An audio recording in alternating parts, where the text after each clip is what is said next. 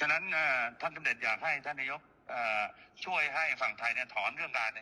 ปิดด่านถ้าถอนปุ๊บฝ่ายกัมพูชาจะถอนเรื่องการห้าม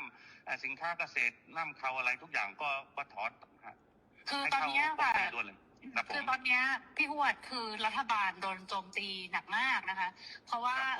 พอตอนที่ท่านสมเด็จออกมาพูดกับท่านฮุนมาเนตอะที่บอกว่าจะตัดน้ำตัดไฟอะไรเงี้ยค่ะคืออันนั้นต้องขอโทษด้วยเพราะจริงๆอะต่างประเทศอะเขาแค่รายงานขั้นตอนว่าถ้าเกิดเหตุการณ์ต่อไปประเทศไทยจะทำยังไงคือเหมือนอธิบายขั้นตอนให้ฟังไม่ได้บอกว่าจะทำแต่ตอนนี้เหมือนกับเรื่องตัดหนังตัดละครคือทำทุกอย่างหมดแล้วเนี่ยจริงๆน่าจะให้มันโอเคทั้งสองฝ่ายค่ะเหมือนเราต้องพูดพร้อมกันว่าเราตกลงร่วมกันแล้วเกมการเมืองเริ่มแล้วอิงว่า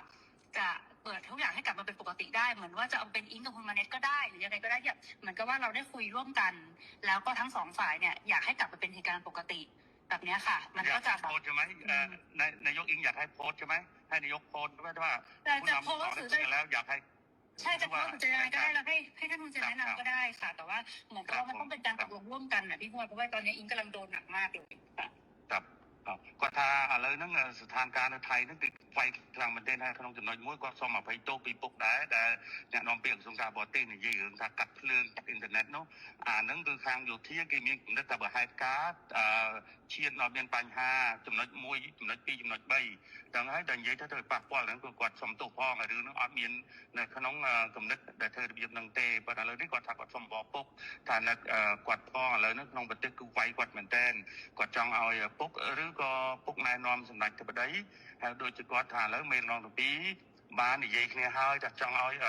เธอสมรู้สกิปก้าเอาบ้านมุ่นแต่มีปฏิการเนาะเอาปลอกอะไรลงไว้หน่อยไปได้สักปฏิสังปีปกบาทปันเดข้างในจังบ้านนะจงปันเดข้างนอกอัดผมเธอข้างนอกเนี่ยข้างในมันเหมือนเนี่ยบัดตัวแดนที่ข้างไทยเนี่ยบัดตัวแดนเหตุให้บ้านข้างนอกมันเปิดบ้าให้อัดจำใบทรงชมที่นั่งการนาตการนอกสมรู้คือข้างในยุโรปไรคนมันนั่นคือนั่งสมรู้ตามเขา